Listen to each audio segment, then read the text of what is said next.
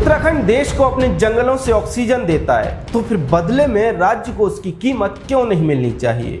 उत्तराखंड देश को नदियों का पानी देता है, तो फिर बदले में उत्तराखंड को इसकी कीमत क्यों नहीं मिलनी चाहिए। अगर उत्तराखंड अपने सारे जंगल काटकर फैक्ट्रियां लगा दे तो, अगर उत्तराखंड अपने पहाड़ काटकर इंडस्ट्री लगा दे तो, अगर उत्तराखंड अपनी नदियों को सुखाकर वहां कंपनियां खड़ी कर दे तो उत्तराखंड का खजाना भर जाएगा, पैसा ही पैसा होगा, लोगों के लिए रोजगार ही रोजगार होंगे, उत्तराखंड की गिनती भी समृद्ध राज्यों में होगी। लेकिन राज्य ऐसा नहीं करता, बल्कि देश भर को ऑक्सीजन देता है, देश भर को पानी देता है, पर्यावरण को बचाकर रखे हुए है, पहाड़ों को बचाकर रखे हुए है। अगर उत्तराखंड ये कर रहा है तो फिर उत्तराखंड को इसके बदले में कुछ तो मिलना चाहिए, जिससे कि वो अपना विकास कर सके।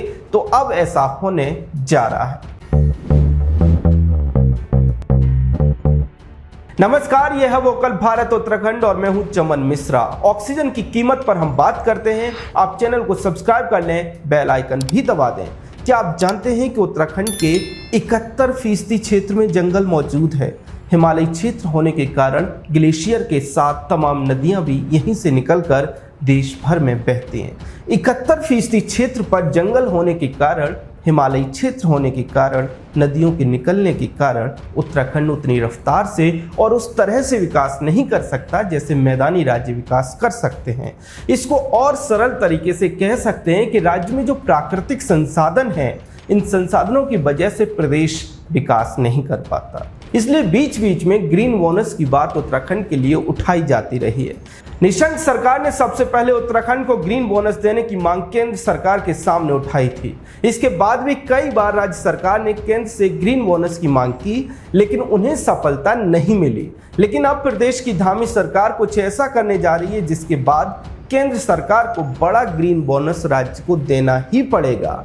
धामी सरकार कोशिश में जुटी है कि वैज्ञानिक आधार पर विशेषज्ञों से जंगलों की, ग्लेशियर्स की और पूरे इकोसिस्टम की वैल्यू निकलवाई जाए और उसके बाद इस वैल्यू को और इन आंकड़ों को केंद्र के सामने रखा जाए।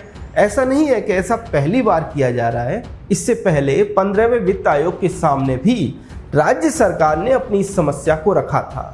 तब वित्त आयोग ने इस बात को स्वीकार किया कि जंगलों में फॉरेस्ट कंजर्वेशन और इकोसिस्टम की बेहतरी के लिए ग्लेशियर और तमाम जगहों पर इको जोन स्थापित किए गए हैं, जिसकी वजह से वहां कुछ भी विकास कार्य नहीं हो सकते। इसके कारण मजबूरी में लोगों को वहां से पलायन करना पड़ता है।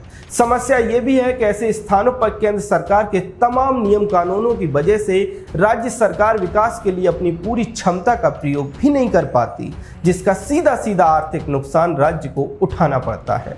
तमाम वन कानून के कारण सड़कें बनने में बाधाएं आती हैं, पेयजल लाइनें बिछाने में भी अटकलें आती हैं। ऐसी और भी तमाम समस्याओं को समझते हुए 15वें वित्त आयोग ने उत्तराखंड को 27,000 करोड़ का अतिरिक्त बजट दिया था।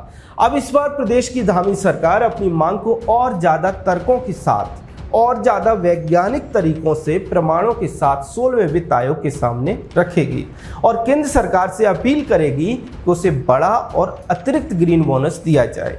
ऐसे में निश्चित तौर पर प्रदेश सरकार की इस मांग को उत्तराखंड के लोगों को भी समर्थन देना चाहिए, क्योंकि जब राज्य प्रकृति को सहेज कर रखने और संरक्षित करने के लिए इतनी कुर्बानियां दे रहा है, तो फिर राज्य को अतिरिक्त मदद केंद्र सरकार की तरफ से मिलनी ही मिलनी चाहिए। उत्तराखंड की सरकार ग्रीन बोनस के रूप में केंद्र से बड़ी मदद की मांग कर रही है। इस पर आपका क्या कहना है, आपका क्या सोचना है, आपके क्या विचार हैं? कमेंट सेक्शन में अपनी राय जरूर दें, हम वहीं पे चर्चा करेंगे। चैनल को सब्सक्राइब कर लें। जय हिंद।